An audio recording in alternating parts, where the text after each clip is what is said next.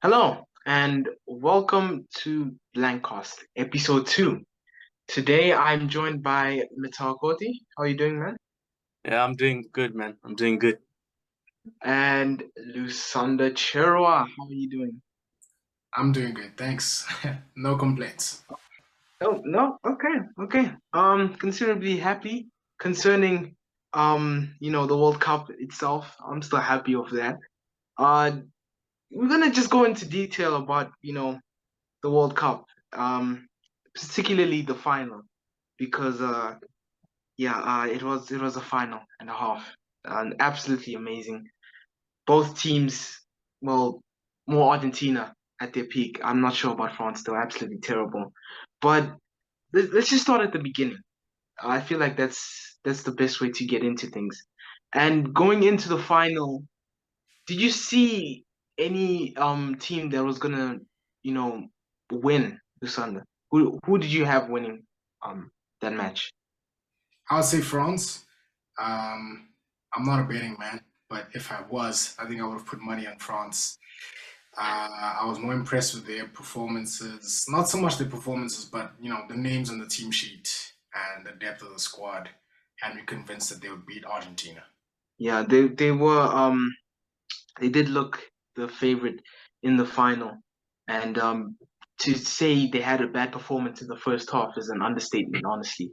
Can you elaborate on that, Matal? Yeah, obviously, as Lucinda said, on paper, uh, France are pretty packed. They have a good squad, especially the fact that it's a second strip team, or mostly the second strip team. Only a few players who are starting or from the starting lineup in 2018. So yeah, when you enter the game, you one would believe that France are taking this one. And as a France fan, I was confident going into that game because I knew that our squad was capable of causing damage and obviously having Mbappé on the team. But clearly that just did not happen. Yeah, it was a very poor first half. Argentina were playing their best football of the whole tournament.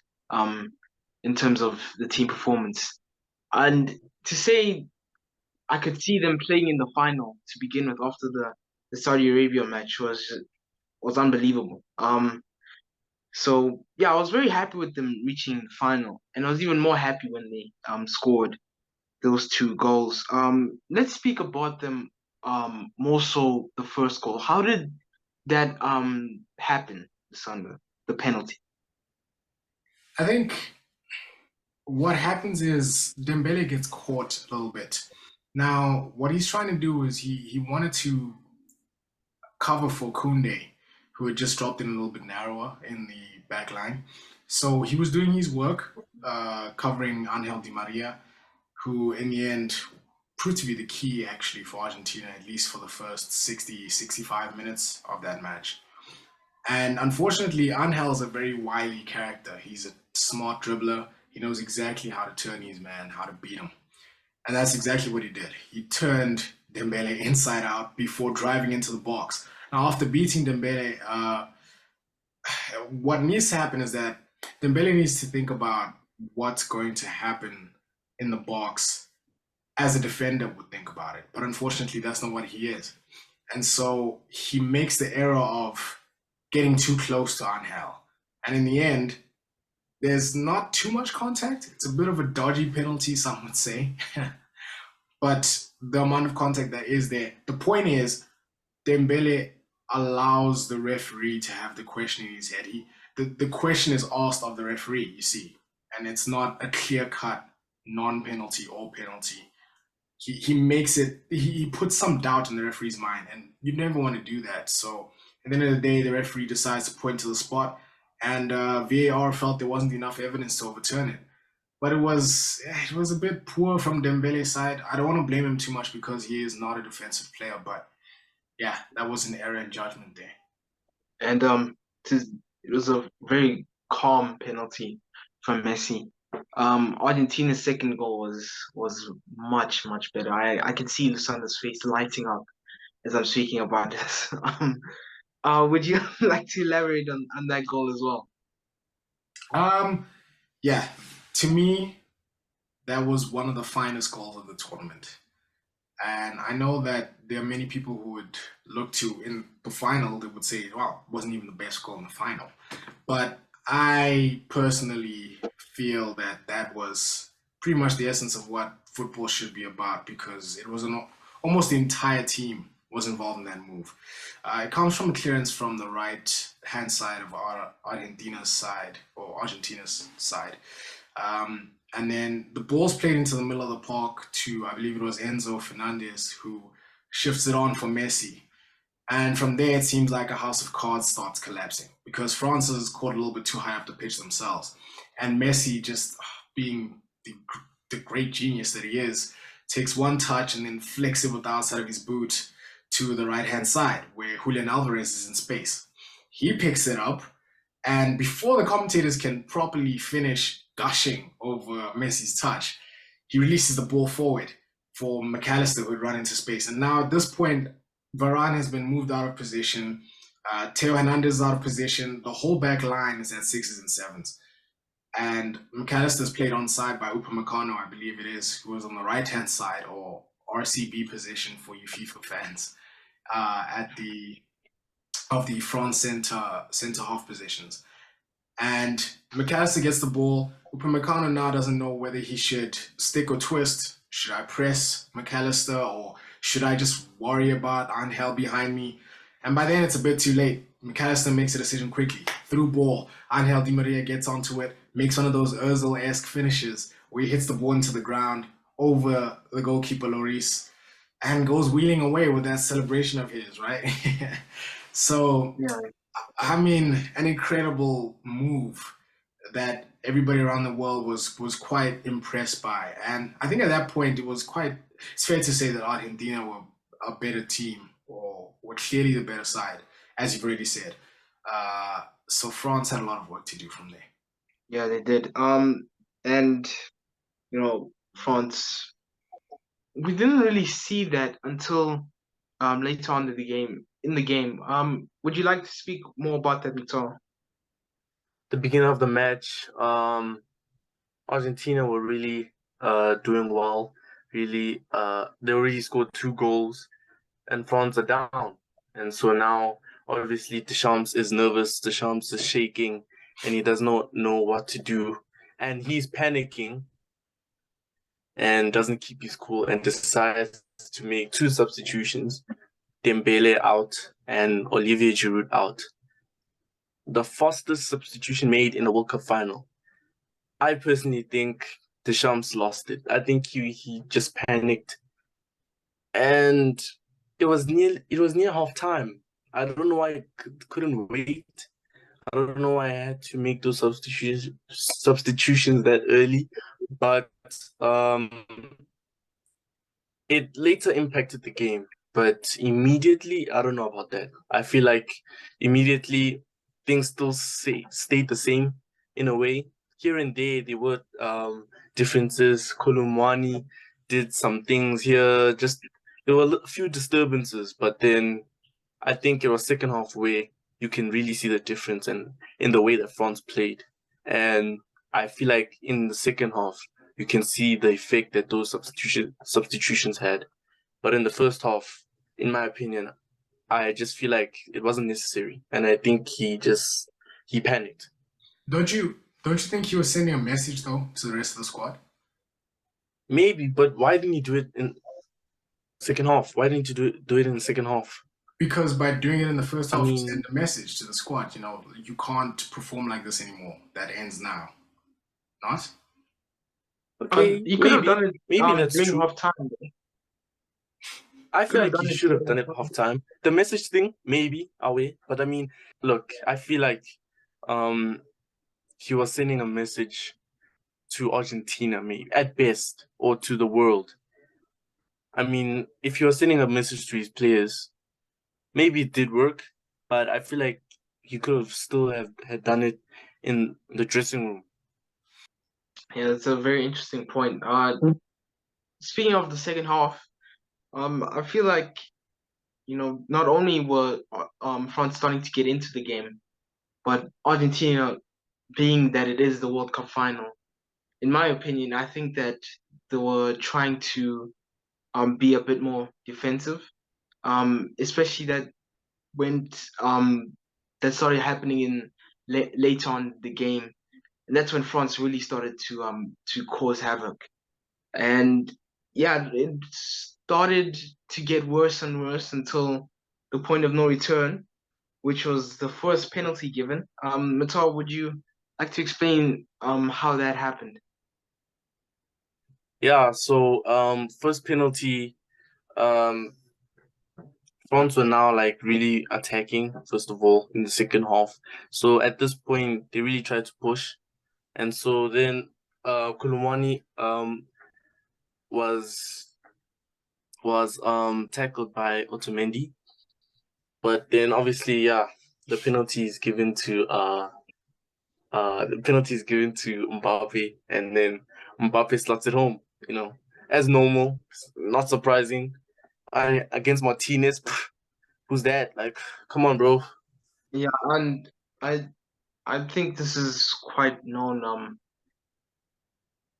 from everyone that Mbappe was he wasn't in the game until the 70th the 70th or 80th minute, which I don't know if it's gonna be, a normal occurrence in big games, but yeah, he pretty much got into the game as quickly Wow. as he could because um the second goal was something else. I think in normal terms, if it was just a France match in the World Cup, it would have been talked about. But the fact that this was in a World Cup final, it was just an amazing goal. Matao, would you like to explain this goal again? Yes, please. Yes, please. So obviously, France have just scored. They now have motivation. They need to come back because Argentina looking shaky. It's 2-1 now. It's no more 2-0. What do we change? What do we do? So now France are like looking at this as an advantage, and so obviously I think Messi had the ball and Coman tackled him and managed to get the ball, and then after that the ball goes to Rabiot, and then after that it was switched to the left side. Mbappe with a beautiful header, beautiful touch, one of the best touches of all time. And then after that, he is to Thuram for a 1-2, and then a volley, and then he slots it at the back of the net. Martinez couldn't do nothing once again. And some would say, like Lusanda, some would say that oh, he touched it. The goal is not as beautiful. No, that goal is beautiful, bro. A volley in the World Cup final. Not many can do that. Not many can do it. It was truly a sight to see. Yeah, that was a beautiful goal, Pele did and it better. Pele did it better. that That's all was you that can was a say. beautiful goal, and we it don't have was proof. sent the match We don't into have Yes, we extra proof. do. Thank you time. very Yes, we Sent the much. do. match We don't have into proof. Wait, extra hold time. on. We can watch that clip. Sent the match 1958. He did it better. I don't know what you're talking about, sent bro. I don't know what you're talking sent the about, match bro. into extra time, and in extra time, uh, Argentina got back together and started playing, a bit better. I was a bit, doubtful about Martinez. I don't think he actually is a striker because he was messing up a lot of chances. Uh, I don't know why. I don't know how. I feel like if they did lose this final, he'd have become the new Higuain. But yeah, third goal goes in, and Argentina are ahead. Lisandro, could you elaborate on that goal, please? Okay, so before we get to that goal, I'd just like to say that whilst the first 75, maybe 80 minutes of the final, some people would chalk off as forgettable, I think the remaining 40 minutes or so afterwards, or 50 minutes, was some of the greatest football or the greatest minutes ever played on a football pitch. Personally, I would say extra time in this final was the best extra time period of all time, and I dare anybody to challenge that because 100%. it turned into something like a basketball game. It went back and forth, and for the first time in a really long time, we saw teams and players deciding to go for the kill. I mean, very often in extra time, we see teams just trying to play it safe, shepherd their way to a penalty shootout, and take their chances there. But this time around, it was just incredible how those guys emptied themselves on the football pitch. They drew every single strand of energy out of themselves to try and find a winner. And yes, now you mentioned Lautaro Martinez missed a lot of chances. Yes, yeah. There was that beautiful 1-2 play that Messi set him up for. He missed that. France, though, also had a few chances. They really could have won it as well themselves. Colomwani and Marcus Thuram exchanged headers as well.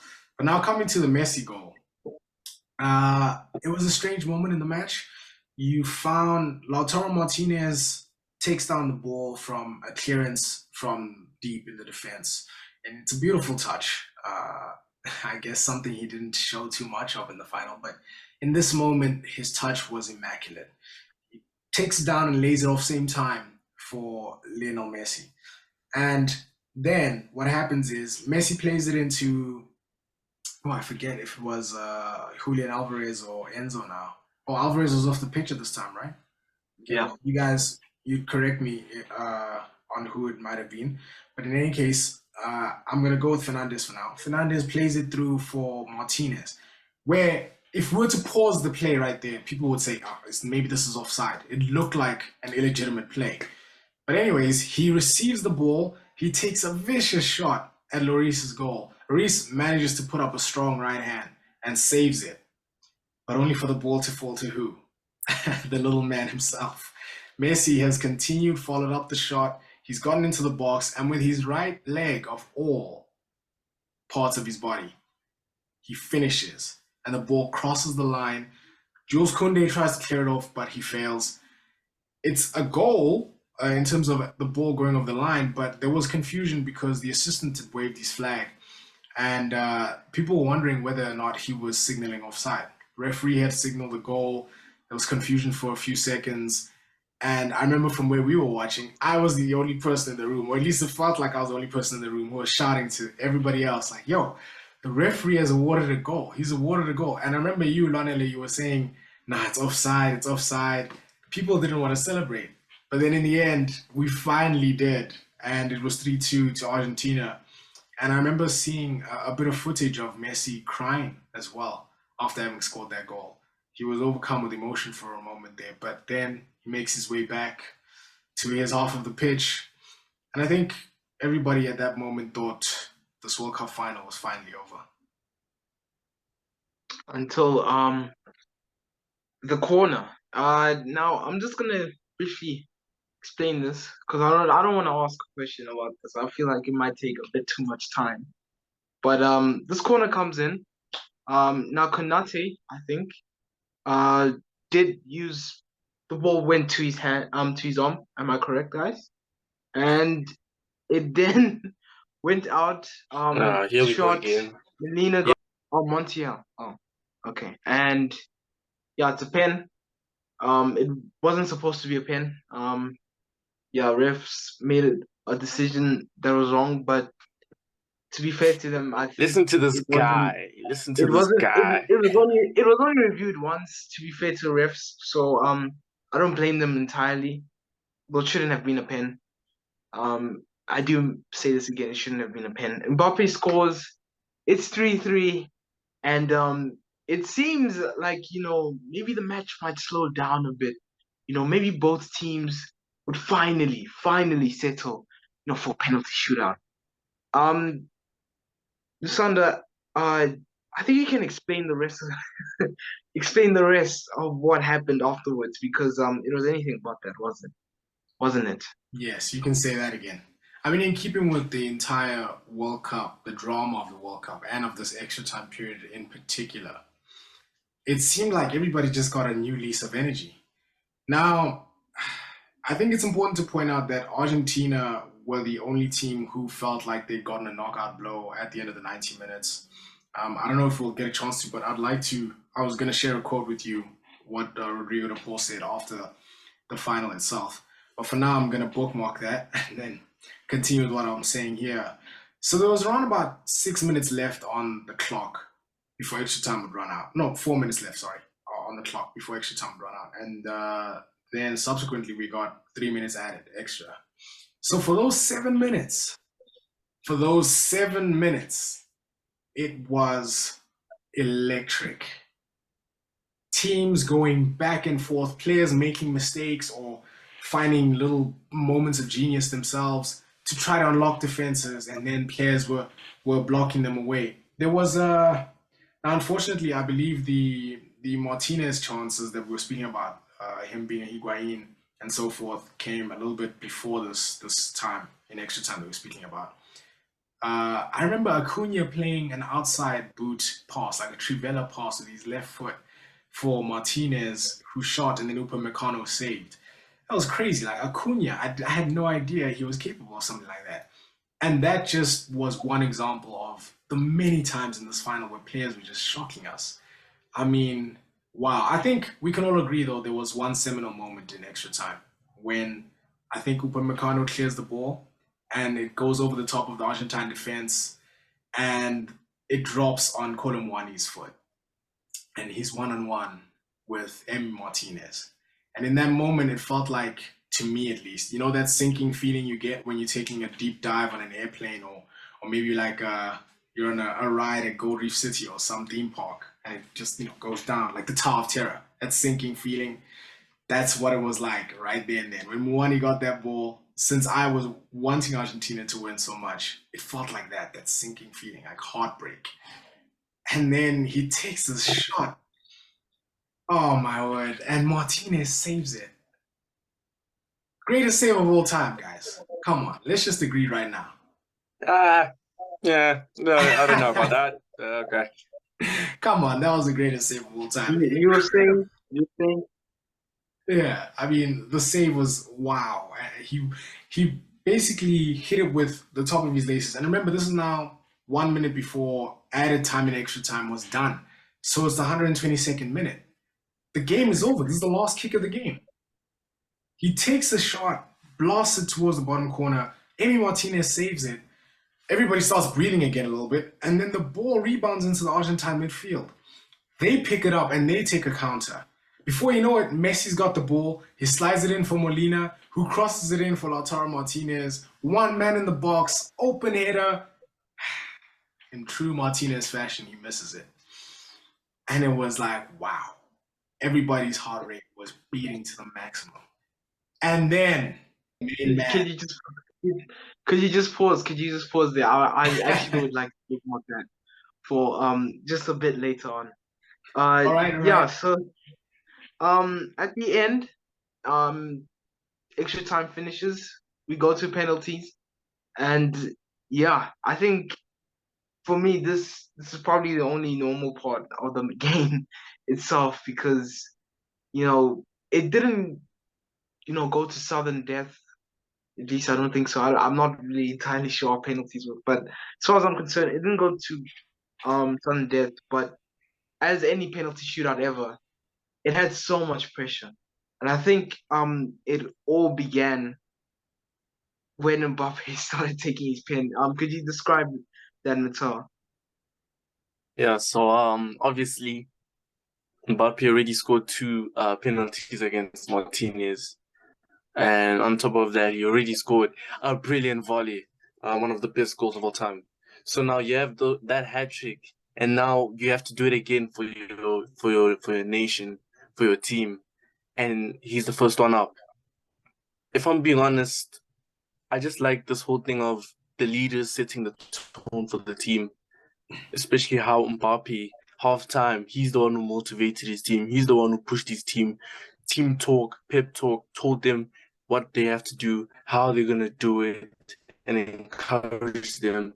And now, penalty shootout, he leads his team and takes the first pin to set the tone, as well as Messi. He's the one who goes first and takes the pin.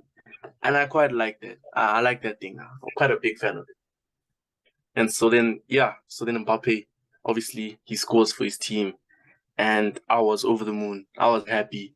I was glad because now Mbappe has fulfilled his role in this World Cup. He's done. He did his job. And now it's up to the useless players around him. Let's talk about the rest of the penalties taken. Obviously, Messi's penalty had all the pressure on him, all eyes on him. I think it would be a career-defining moment if it was anyone else.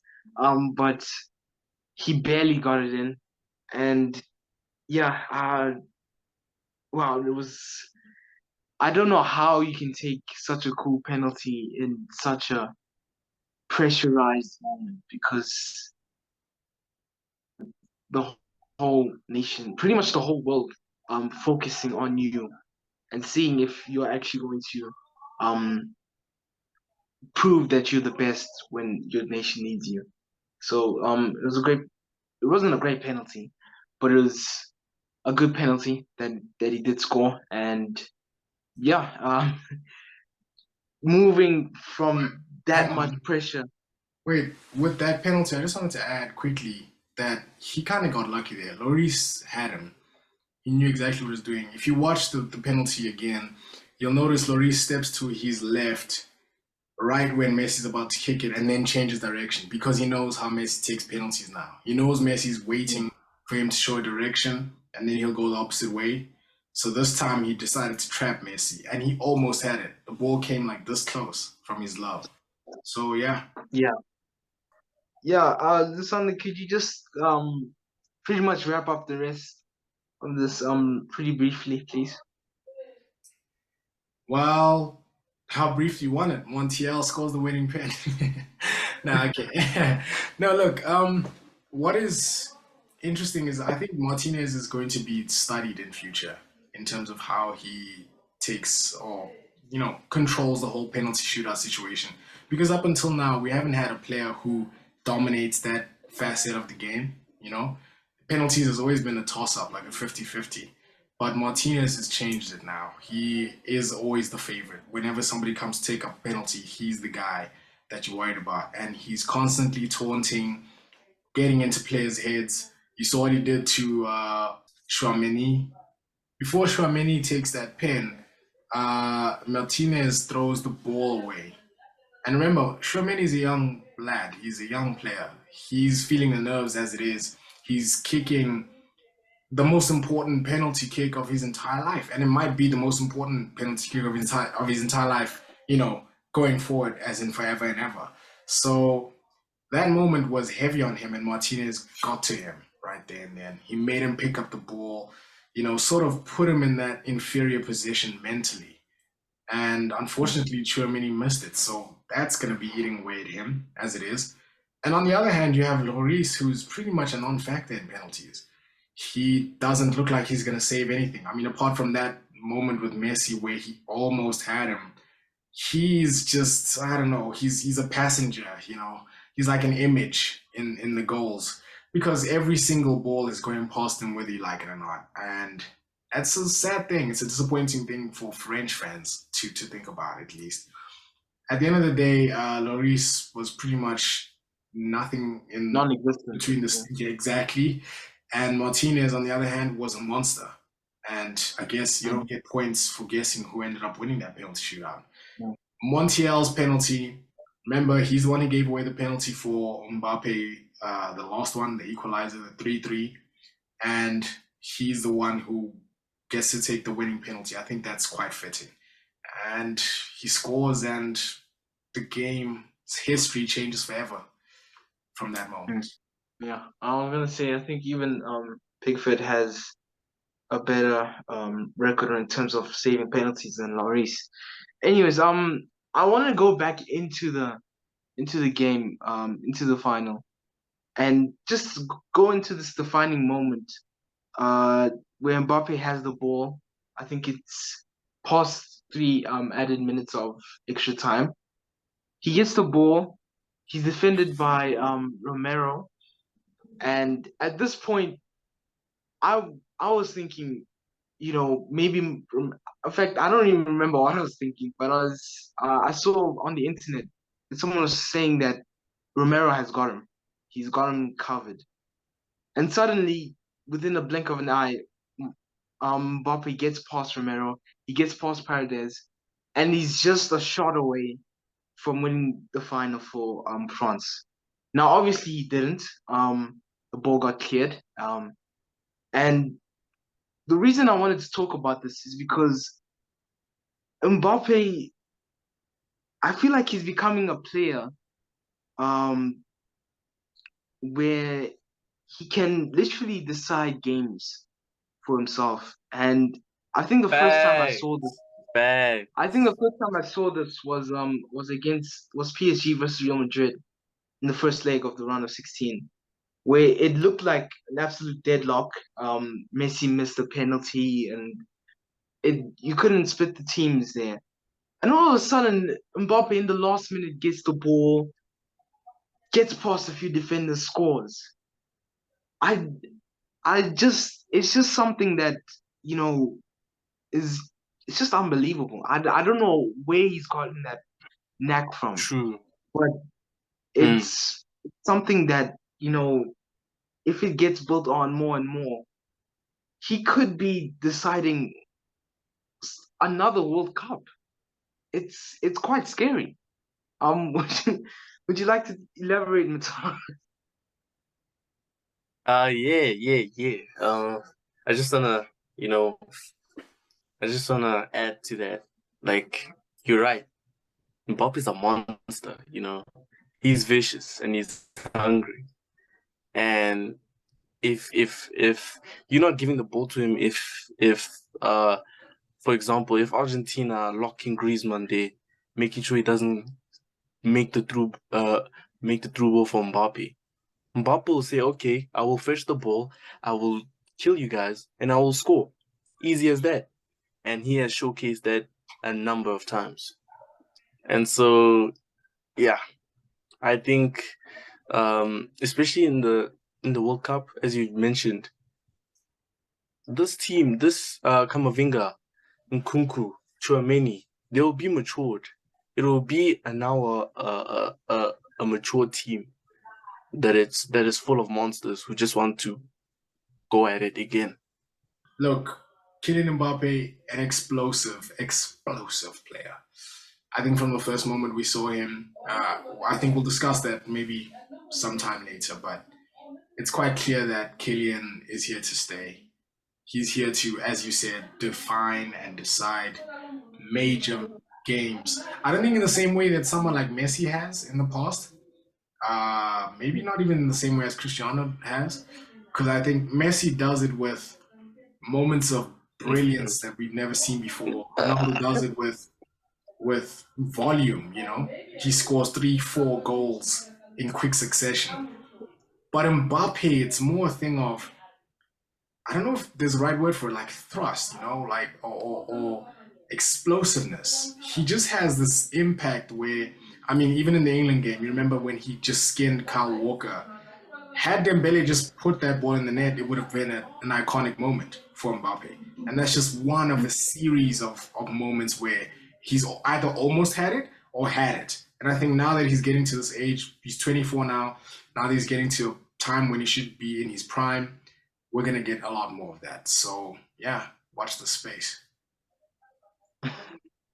Yeah. Speaking of Mbappe, I also want to talk about what he can do in his future. If your legacy, if you will. Yeah. So what do you think is possible for Mbappe? What do you think? Do you think he can even become better than a Zidane or Ronaldo or even a Messi? Do you think that's possible? No, I don't think he'll be better than Messi. I don't think anybody will be better than Messi. But look, for me, it's that thing of I can't tell right now. I can't tell because Mbappe's young. and he's winning all of these trophies, and all of that. So I feel like if we're gonna compare Mbappe to the all-time list, I feel like we have to look at his entire career. I can't be speaking about him right now, but I think the Okay, future does look bright. okay, would you say like the greatest French player? Do you think he has that in his new future? He will eclipse maybe a Zidane to become the greatest French player of all time. Yes, yes, I think that will happen. Okay. Speaking of incredible, probably beyond that is the other number 10 in light blue and white. Yeah, so I think it's pretty much certain that he's completed football. I think we've known for a while that he is the greatest player of all time.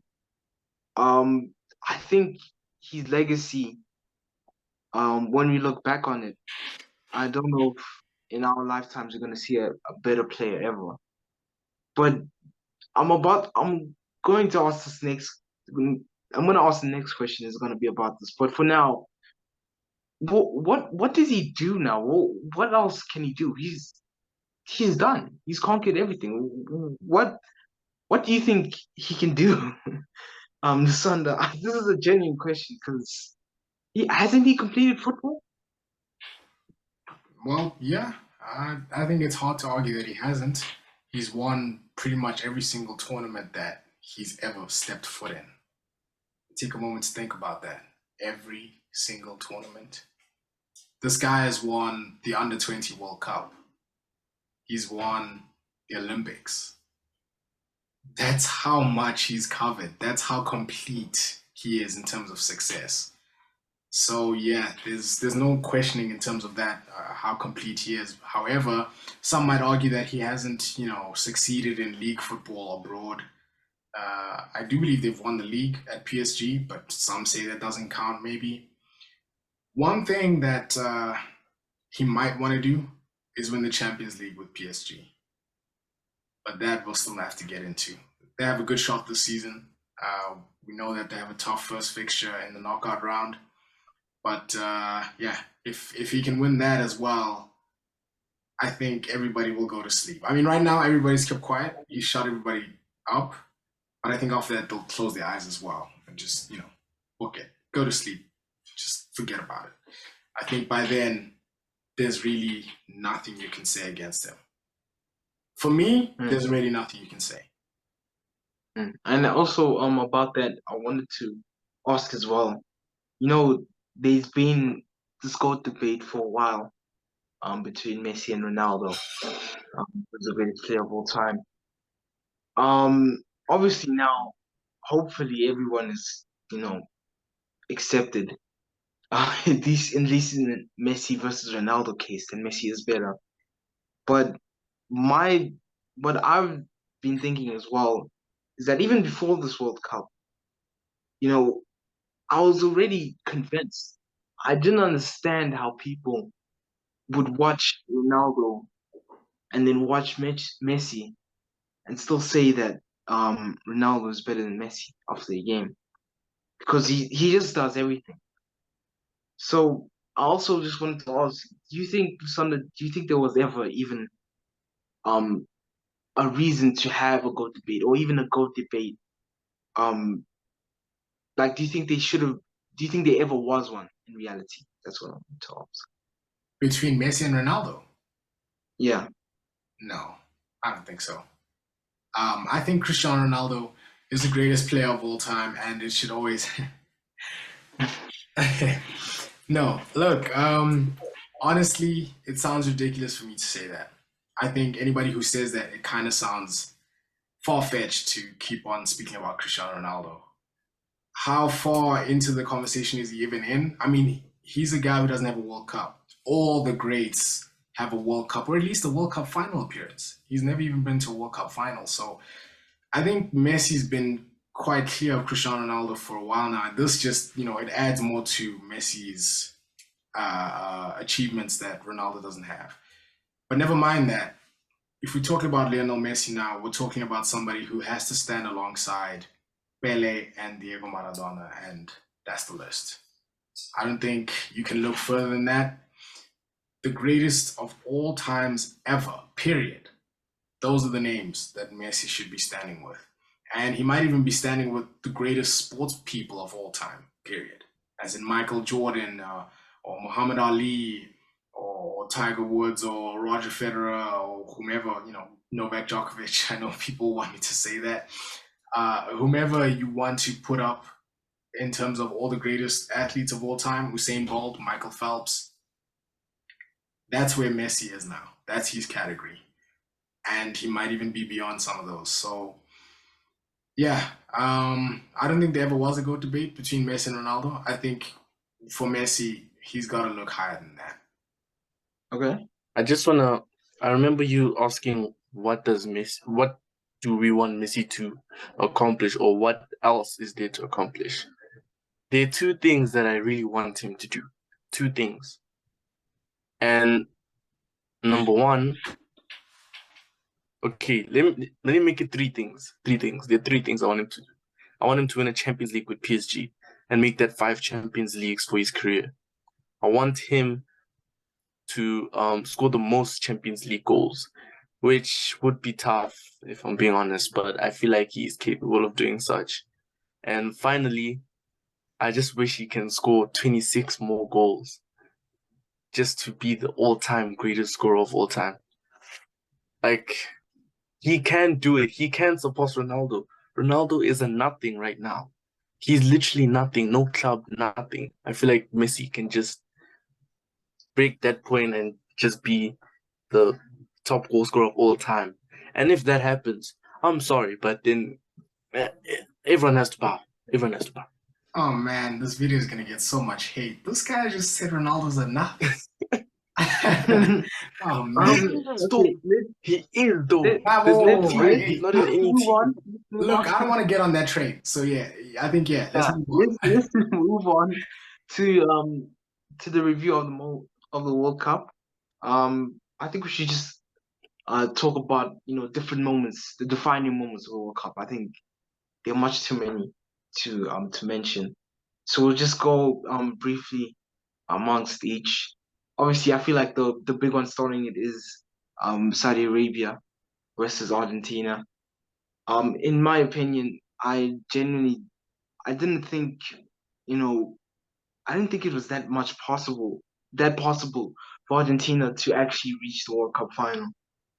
From that point on, I was really, really, scared of them. I'm not even an Argentina fan myself, but I just wanted Messi to prove why he was the best, and it did look, a bit scary that their first match they lost on the unbeaten run was against Saudi Arabia, and possibly the biggest upset that I've seen. Well, for me, obviously, that I've seen of all time.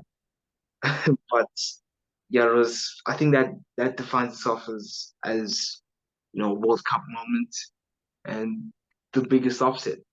Um, so yeah, that was quite crazy. I won't lie. Um, we can move on to the next World Cup moment. Oh yes, Japan. I don't know if they versed Spain or Germany first. Was They it played Germany? Germany first. Yeah, could we just talk about Japan, how upsetting they were, and how poor Germany were in this World Cup? Just briefly again, this under. Yeah, Germany we expected a lot from. Tactically, they were supposed to be really good, having Hansi Flick as their coach. They brought in a young star that's on the rise, and I think they relied on him too much in the tournament, that being Jamal Musiala. Japan pretty much just brought in a lot of energy, and they hit them on the counter every now and then and pressed them high up the pitch. They did the basics right for an underdog team that actually believed in itself, and that got them the victory. So yeah, it was a big upset. definitely for me, probably the second biggest upset in the tournament, maybe alongside Japan over Spain. And yeah, Japan, they were an upsetting force, yes. Yeah. They did go up to upset Spain as well. That was a very exciting group. Um, let's move on to Belgium's group as well. I think they were also quite the biggest disappointment of the World Cup. It just were quite underwhelming from game one. De Bruyne is overrated as ever in my opinion. I don't think he even gets on the same pitch as Bruno Fernandes. It was a very poor performance in the World Cup from him and the whole team. Uh, it Gents, they might it was cancel quite us. a You know great, that. They might Uh, cancel us. The football fans might cancel us. quite a great performance by Morocco. Um, well, it wasn't. They weren't the most exciting team, but they won most of the games and did look like a strong African force heading into the round of 16. So Croatia, who are building up as well. Though I didn't think they would do much. Going into the round of 16 as well. Uh, let's move on to. Do you guys have any other moments that you'd like to talk about? I I would have to nominate Croatia versus Brazil. That was an excellent game. I think personally it might be my favorite game Wait. Hey, sorry. I mean, in the group stage. in the group stage. Yes, yeah. Uh I mean there is the Cameroon versus Brazil game. Abubakar lost Yeah, a header, getting sent yeah. off after taking off his shirt. There's also the Yeah, Cameroon versus Serbia game, the 3-3-1. I remember watching that with you guys as well, and how shocked we yeah. were when Cameroon just came back seemingly out of nowhere to tie up the Yeah. game 3-3 from 3-1 down. correct. There was Mhm. Ghana versus Portugal, 3-2. Yeah, A Ghana. lot of drama there as well. Iñaki Williams almost equalizing in the last minutes. There was Ghana versus South Korea, another dramatic game. I think that also ended 3-2, didn't it? Yeah, Ghana were exciting. I was it was quite exciting to watch them, particularly Mohamed Kudus, who I really enjoyed watching. Um, yeah, let's move on to the round of 16. Obviously, this round had a lot more exciting matches. I think I'll start out with England, who absolutely destroyed Senegal 3-0. Big performance by Jude Bellingham. Although I think Nah. we England saw the writing versus on the wall. Senegal, no, that doesn't make it. Can we move on? No, thank I you. think we saw the writing on the wall when reversing France to beat Poland. Um, Yeah, uh, no way. Look, wait, can I just say for the group stage, two other moments, Argentina versus Mexico, yes, crucial yeah, moment for the tournament, as well as oh yeah, Ecuador Senegal. Yeah, that's more of a highlight than England Senegal. Come on, man. yeah. I think it Yeah, was true. yeah, but also England just absolutely thrashed. Uh, My word. um, yeah, pretty much that was it in the round 16. Not many upsets. Although the World Cup quarterfinals were quite exciting. I think Lysander, you were about to talk about the Croatia v Brazil match. Very exciting one. Would you like to elaborate on that one? Yeah, I was just gonna say to me, if not my favorite World Cup game, it was my like top five at least for this tournament, maybe even top three. Excellent match. We saw a brilliant goal by Neymar, the 1-2 play, basically ghosting past the Croatian defense. I think we spoke about this in our other video as well, where they look like basically cones on a training pitch. They scored that goal, and then obviously Modric, or not Modric rather, I forget who actually scored the equalizer for Croatia, but they had a sweeping move of their own, which was very exciting. 1-1. Went to penalties, and then the heartbreaking end for Marquinhos when he realized that he'd missed a crucial one, hit the base of the post. Yeah, that was an excellent game. Yeah, I think the other excellent game as well was Netherlands v Argentina. It was quite a hard what is it? It was just painful. It's painful to watch. It was a painful experience, a traumatic experience because what happened in the last few minutes of that game. I'm not saying anything tragic happened. It was just it was very hard. It was very heartbreaking the way Netherlands equalized literally with the last kick. Um, went to penalties and Argentina proved while a better side. Uh, a lot of beef was went on beyond the match. Yeah, it was an excellent game. Also another one, France versus England. I'm gonna stop. I'm gonna start something. Hopefully this gets a bit of attention. I realized, when I was with my dad and my brother, how much the England hate is truly out there. I'm gonna put this hashtag in the description. I'm gonna try to stop the England hate. Please, for my sake, guys. Um, let's move on to the semifinals, please. I don't know if there were any other quarterfinals exciting. Please remind me. I'm literally about to move on. Nisanda. Nah, I actually can't even remember the other quarter. Oh, the other quarterfinal fixture was Portugal, Morocco. Oh, the one where the false code went out. Yeah, I don't think we need to talk about that much. Yeah, Let's I don't think so. No, I don't think so. I don't think it would be cool. Yeah, so we'll talk about semi-final. First one was Morocco, who had an incredible run. I even forgot to mention beating Spain, penalty shootout. Um, that was incredible. Not expect that at all. Spain a bit disappointing, and they went up against France, who took quite good care of the job, easily passing them. Although it was a huge moment for the African continent, first team to make it to the semifinals. And on the other side, we had Argentina versus can you remind me quickly something you were saying? Croatia. Croatia, yes. I think the semifinals were the most uneventful of all of them because yeah, it was pretty easy for Argentina to get through as well. And yeah, we set up the final. I think this is probably for me it's the best World Cup I've seen in my lifetime. I don't know if Wait. We didn't a better even one. mention Messi's run, that iconic run through or past Vardio, where he basically turned a man 15 years younger than him inside and out, skinned him, and then assisted Julian Alvarez.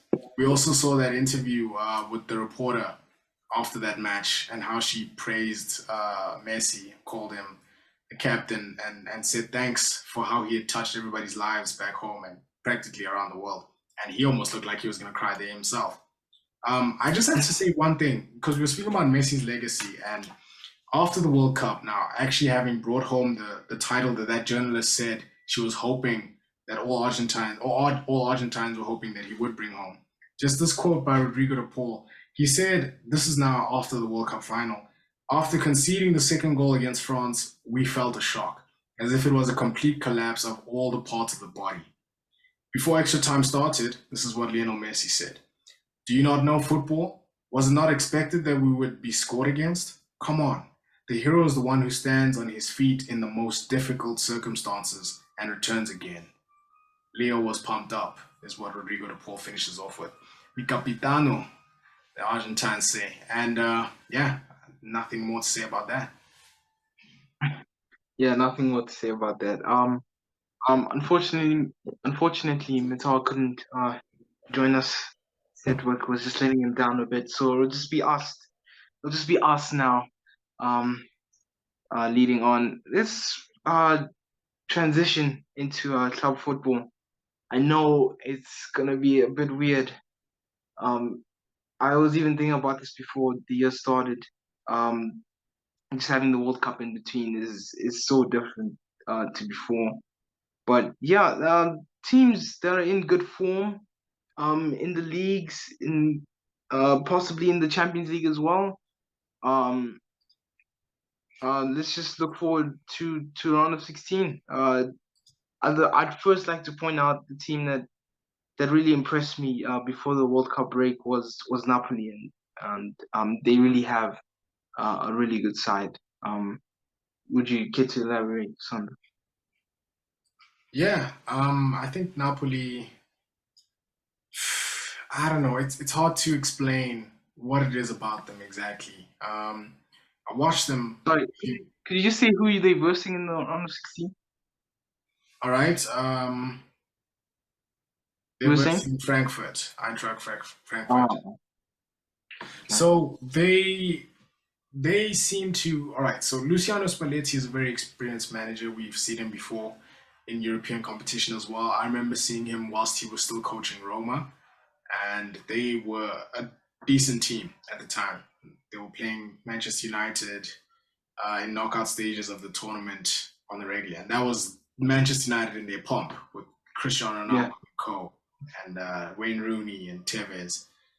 But I think right now with the team that they've built, they this Napoli side is way better than the Roma side that we saw back then. They seem to have real potential. I mean, we never know with teams like this. It reminds me of Ajax 18-19, Ten Hag's Ajax. Got to the Champions League semis. Yeah, it reminds me of Monaco as well. I'm too young for 03-04 Monaco, but I remember 15-16 Monaco with the young Kylian Mbappé, Fabinho, Falcao, Bakayoko, Thomas Lemar, Bernardo Silva. They've got a team like that with 16-17. 16-17. Yeah. They've got a team like that with Kvaratskhelia and Zambo Anguissa, he's just grown into his own right now. And Osimhen is also there. They've got a core of players who are, Simeone's kid as well. How can I forget? They are performing at a high level this year. I think they've yet to lose a single game in the league, and they're playing brilliant football, high tempo, high pressure. They destroyed Liverpool earlier, so yeah, I think there's much to come from this side. I hope I'm right. Yeah, I think I think they will easily dispatch Frankfurt, in my opinion. Other team that I was thinking of is Liverpool, because they have gotten an interesting acquisition recently, Cody Gakpo. Um I I found out that he just got signed. I don't know if he's gonna be eligible to play like right now, but yeah, he has because of him, I'm really starting to think about Liverpool again, because they haven't been that good this season, but you never know with them. Yeah. Yeah. Personally, I'm not sure Gakpo will make that much of a difference, but Liverpool have done this before. Signed Jota in the past, Luis Diaz, and Darwin Nunez is yet to make such an impact, but those players did. They tend to get these decisions right, and yeah, I think it's a wait and see case with Gakpo. He's definitely got the talent. We saw him in the World Cup, one of the star performers of the group stage at least, and at PSV, he's also been on fire. I think he's got 18 goal involvements in 18 matches or something crazy like that. So I'm looking forward to seeing him in a Liverpool shirt as a neutral.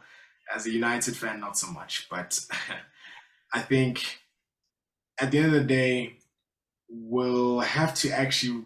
I think we should watch the usual suspects: Trent, Alexander-Arnold, Mo Salah, Virgil van Dijk. They're the ones that are really going to carry the burden for Liverpool going forward. Cody is just somebody who can spark them into, spark the ignition, but they're the engine. They're the main chassis of the car as well. Everything about Liverpool comes from players like them at the core. So if they don't step it up, then nothing's going to change, Gakpo or no. Who Liverpool versing in the round 16? You're going to like this. Real Madrid. Oh, any predictions for that No, I'm not gonna stick my neck out. I just want to game? see. I want to see what's gonna happen. I want to see Kareem the Dream, of course, one Yeah, of my favorite players last season in all of Europe. Kareem the Dream, man, you love watching him. But I don't know. It'll be tough. Liverpool are playing the first leg at Anfield, so make of that what you will. yeah, that's gonna be an interesting game to watch.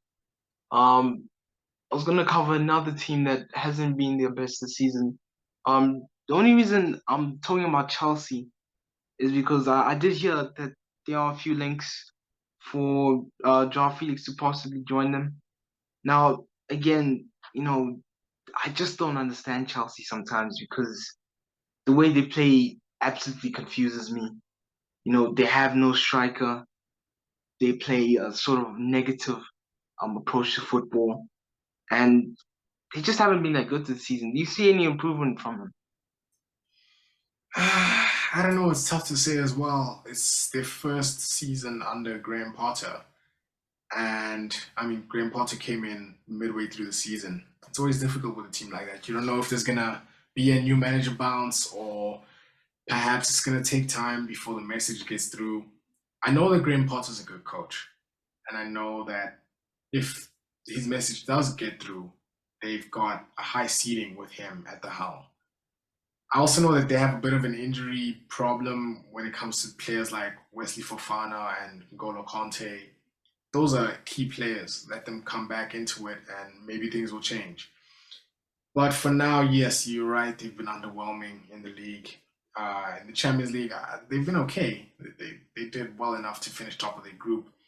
In the league, I just haven't been convinced at all. So I wonder what's going to happen to them in terms of the Premier League. Getting back to the Champions League is going to be a mission. But yeah, I never count Chelsea out. Some of the Champions League, Um, no way. who are they versing in the round 16? Borussia Dortmund. Oh, yeah, that's gonna be. I'm actually quite excited for that game.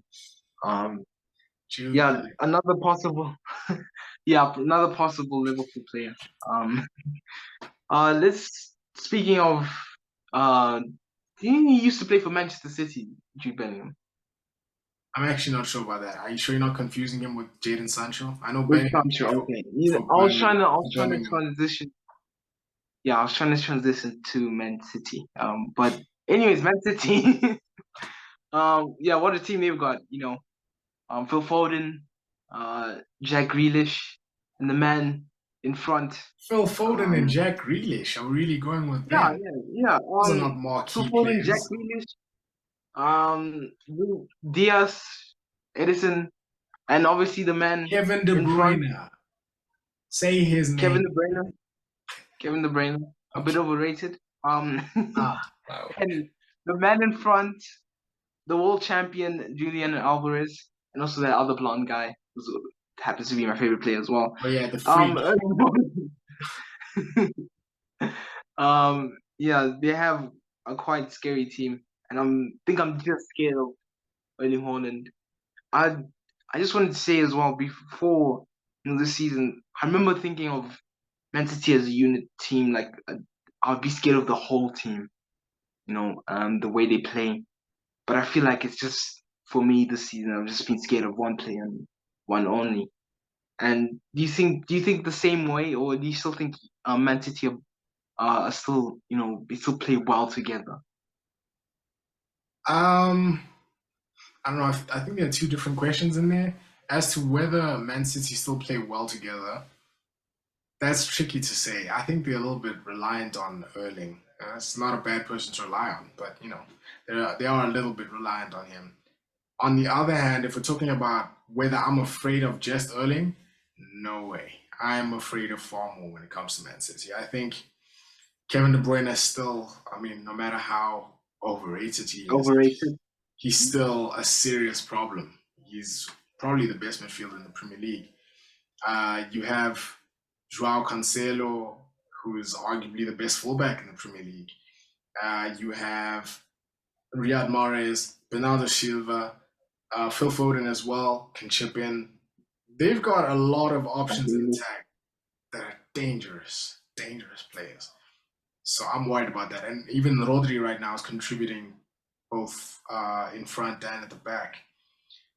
So yeah, there's still a scary proposition, even if Erling got an injury right now. As you said, they've got a World Cup winner on the bench to come and replace him. Yeah, Man City are just, they're a problem. And if they work it right, they might come away with this, or come away from this season with 2 or 3 major trophies, maybe even 4. Yeah, maybe. Who are they versing in round 16? RB Leipzig. Oh yeah. I don't see any good things for Leipzig. I think the best match in round of 16, it has to be PSG versus Bayern. I mean, when I heard this was in the round of 16, I was just thinking, wow, what a match it's gonna be. Mane, who's also coming back from injury, it might be absolutely crazy. Yeah. Again, Messi could decide, maybe it's my time again for the Champions League. I don't know how motivated he's gonna be, however, but we'll just have to see. I do know one man who is definitely motivated, and it has to be at number 7, Kylian Mbappé. Then, what do you see from PSG this season? I see arguably. Oh my word. Okay, so their front line is quite something. Eminem. Yeah, it's quite something. I mean, Mbappe, Neymar, and Messi. What more could you possibly ask for? Those 3 in attack, and the way that they're gelling now that they're kicking into gear, this could go nuclear very, very quickly. But it's always been that question, like every season. Do you think now is actually the time for that? Yes, I do. I think you've seen the way they started the season. It can't just have been a World Cup vibe. They have started like a house on fire. Each and every one of them, I think, have double digits in both goals and assists. If not, maybe Mbappe is lacking that in assists, but his goals definitely make up for it. I think he's by far and away the top goal scorer in the league. And for PSG, I guess that's always going to be the same thing. But either way, that front 3 is just about as explosive as it gets. They are a problem. They're basically what's his name? Robert J. Oppenheimer was creating with the atomic bomb. That's them. Eminem is the atomic bomb, the first of its kind, And I hope we don't see stuff like this in the future because hey, nuclear destruction comes with its price. But at the end of the day, look, they've failed up until now. We'll see what happens going forward. PSG have a very solid team, very well built, but I think the team that they're versing might just be more complete than they are. Bayern have been they've been really slick this season. They have had 1 or 2 performances where they've fallen asleep, but I've been impressed by Bayern Munich. I'm not gonna lie. Whether it's Sadio Mane or Leroy Sané, man, the interchangeability. Plus, they have Jamal Musiala as well. They in themselves could prove too much of a challenge for PSG, but I'm very excited for that match, I must admit. Yeah, me too. Do you see any other exciting games in the round of 16? I think AC Milan Tottenham is quite exciting. Maybe not for casual fans or people who want to see big names in play, but I think tactically speaking, that's going to be interesting. Stefano Pioli versus Antonio Conte. They're 2 very tactically astute managers. Milan maybe a little bit more offensive than Tottenham, but they both want good structures and repetitions in their play. And that tactical battle is going to be fascinating to watch. I want to see what's going to happen there. I've been a bit disappointed by AC Milan this season. I don't think they're the same as they were last season when they won the title, but they still have a great squad. And Rafael Leao in himself is as close to an X-Factor player as you can have in Italy. So, yeah, I want to see that. I really want to see that. And I hope Son is on form by then because, of course, we're talking about fixtures that are only going to take place midway through February, right? Yeah, yeah, it's gonna be a quite exciting game. I just want to speak about two more teams. I'm sorry that we're not covering leagues. Hopefully, we can do that in our future videos. Um, but I wanted to speak first off about Barcelona. Um, I just wanted to know, it's been quite a weird season, from what I've seen, because again, in La Liga, they seem to be doing quite well there, but in Europe, they just haven't, found their footing yet. It's quite weird since Messi left, because they were qualifying for the champs, and now they seem, Europa League bound in these last two seasons. So can is there an explanation to this inconsistency? Well, they have been a poor side for quite a while now, even with Messi in the team. Um, I think Barcelona is struggling to find their identity. Their transfer policy before this new regime with Xavi was a mess. Really struggled to put a coherent team together, and only now, looking at how Xavi's gone about it, he's looking more towards La Masia and the products that they have coming through. Ansu Fati's recovered from injury. You have Gavi and Pedri in the middle of the park, who are wonderful propositions. In future, are probably are likely to be world class midfielders, and of course, by world class we mean top five in their position across the planet. So yeah, I think they're players who, if not already there, I mean, especially in Pedri's case, will be there very soon. They've got Lewandowski, a good striker, to say the least, up front. Dembele is also finding some form. So yeah, slowly but surely they're coming together. It might not be their season league-wise this year, but we'll see. We'll see. Because I think Real Madrid are just further along in their development just now at the minute. But yeah, I can't say I'm too positive about Barca, but at least something is starting to form. Yeah, yeah. Yeah, Real Madrid have a really good side. I was gonna speak about another team from Manchester, United. Now, I think just for future reference, you can go back to this video. I think sometimes me in particular, I might be a bit biased about some of the stuff I say because I am a United fan. But yeah, it's been an interesting season for us.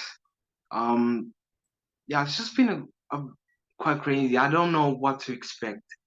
Um, do you know what to expect from the season?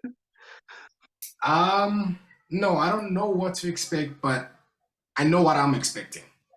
I'm expecting to have something similar to what Arsenal had when they started off with Arteta. I think that's pretty much if our project is going to be any good, it will look like that at the beginning, which is kind of like what it is right now. Arsenal were taking shock defeats when Arteta first came in to teams like Crystal Palace. We've taken shock defeats to teams like Brighton and Brentford. But slowly but surely, we've worked on the basics like Arsenal did. Arteta abandoned his philosophy early on in his tenure, made sure the team was solid, and tried to take it from there. Ten Hag abandoned his philosophy a bit at the beginning of his tenure, tried to make sure the team was solid, and then take it from there. So I think the process is in effect right now. Slowly but surely, we're getting results. I'm very excited about Marcus Rashford. Very, very excited. I think he is the shining light already so far in the season. I hope that does continue. Uh, More so for his sake than Manchester United because he's been through a very tough time. But yeah, I think the team is slowly but surely building up. And if Arsenal's successes this season are anything to go by, then it might be well worth it to stick by Ten Hag in his vision. Yeah. Yeah, I just wanted to mention with Arsenal the fact that right now people are speaking about them as realistic title contenders. So it can be done from the position that United are in. It's just a matter of making the right decisions step by step going forward. Yeah, I was gonna say, our apologies for not going that in depth about Arsenal. We will do so in our future videos. Um, Speaking of which, this is our second episode of BlanCast. And we've come to the end of this podcast. So please, if you reach the end, first of all, thank you so much for being so patient with us. And please like and subscribe. I know you're gonna hear this a lot, but please do. And share this as well. That is my parting words. For me and it's under these parting words as well. Sorry. Yeah, I just wanted to say, also feel free to comment, especially those Kevin De Bruyne and Real Madrid, Ronaldo fans, rather. I know that listening to this might not have been the most comfortable experience, at least some of the parts. So please, feel free to spread the hate down below. It's okay. We can take it. Yeah, his parting words. Yeah, for me and Lusanda, we're gonna say goodbye, and we'll see you in the next episode soon.